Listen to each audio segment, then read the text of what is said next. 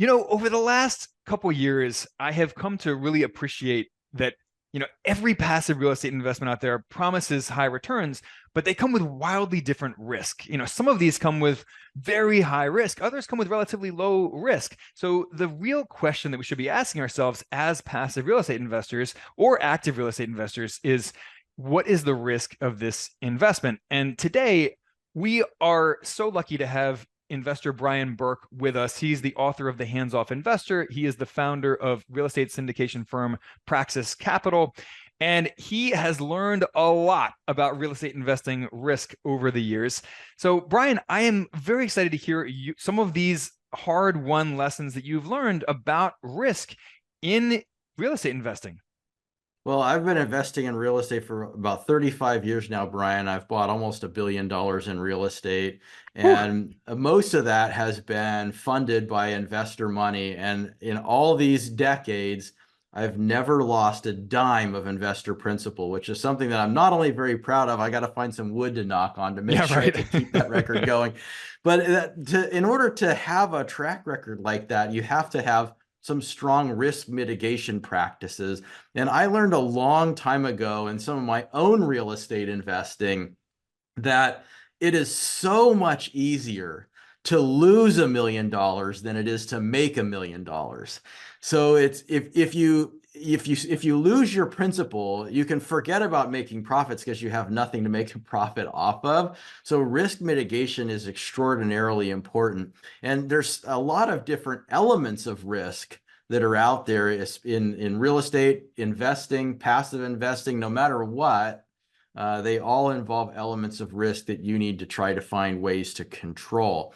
And another thing I like to say is that, every investment out there involves risk, but not every risk is worth the investment.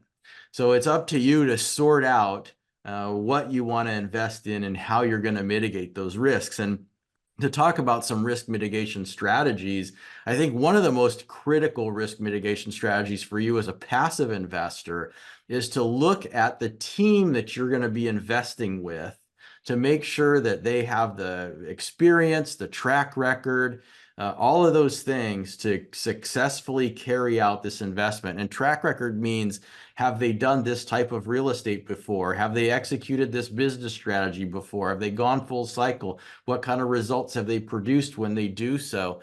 All of that stuff is very important, but then you have to go beyond that and think about the structure of the investment. How much debt are they taking on? What's the loan to value ratio? What's the debt service coverage ratio, which means like how much surplus income is there from the property to service the debt that needs to be paid every month? Is there anything left over after that, or are you playing too close to the fence? How much time is on that loan? And when you're investing in a deal that has a 3-year bridge loan, 3 years in the real estate world will go by in the blink of an eye.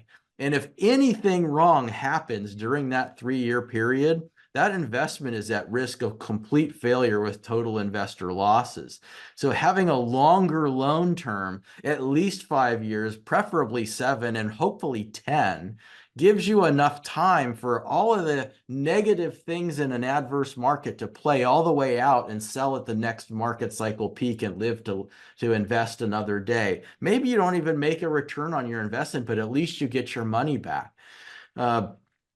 Thinking about loan to value ratios, and equity structures where they'll take a 75 or 80% loan to value short-term loan, and then behind that they'll stuff in another 5 or 10% of preferred equity, and you're investing as a common equity investor, which means that the preferred equity gets paid before you do. So when the property sells, first the loan gets paid off, then the preferred equity gets paid off, then you get paid off. Anytime you put somebody else in front of you as an investor and you lower your priority for payment, you introduce additional risk.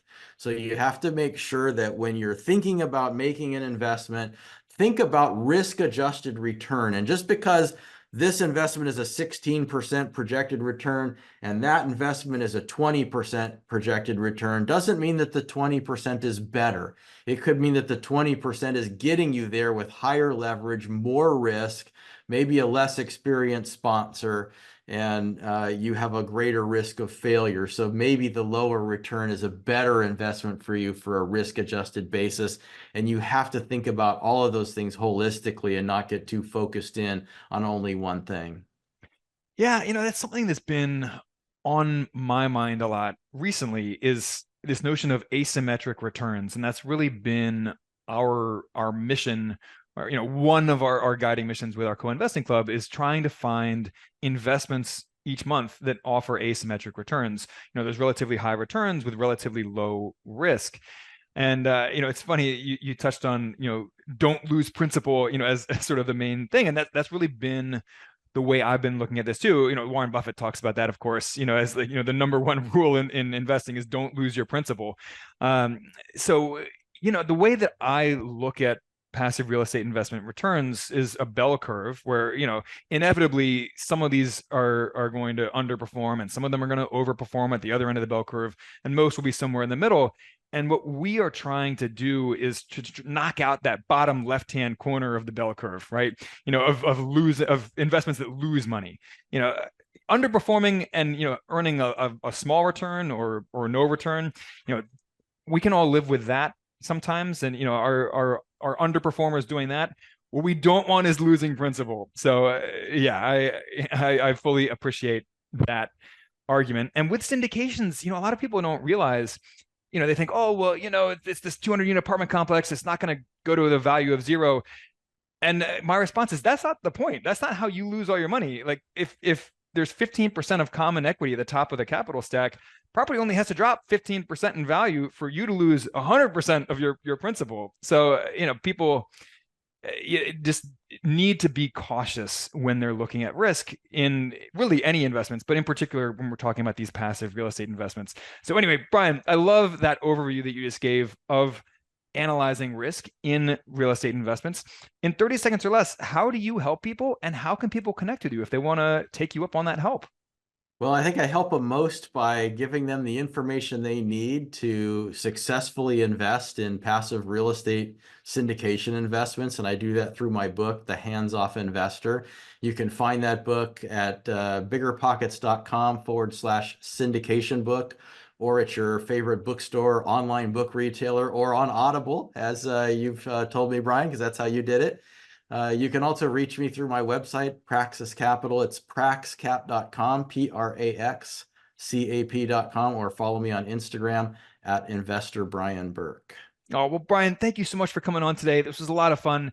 And guys, if you enjoy these quick, focused conversations that we have, please rate, review the show. Makes a world of difference to us. And we will catch you next time. Want the cash flow, appreciation, and tax benefits of real estate without becoming a landlord? You've heard of REITs and real estate crowdfunding, but you probably don't know much about 5 other ways to invest passively in real estate. So we put together a free video course for you to show you how to consistently earn 15% plus returns from 5 lesser known hands-off ways to invest in real estate. And even more importantly, we'll keep risk front and center in that whole discussion, because really, what's the point of investing for high returns if you also take on high risk, right?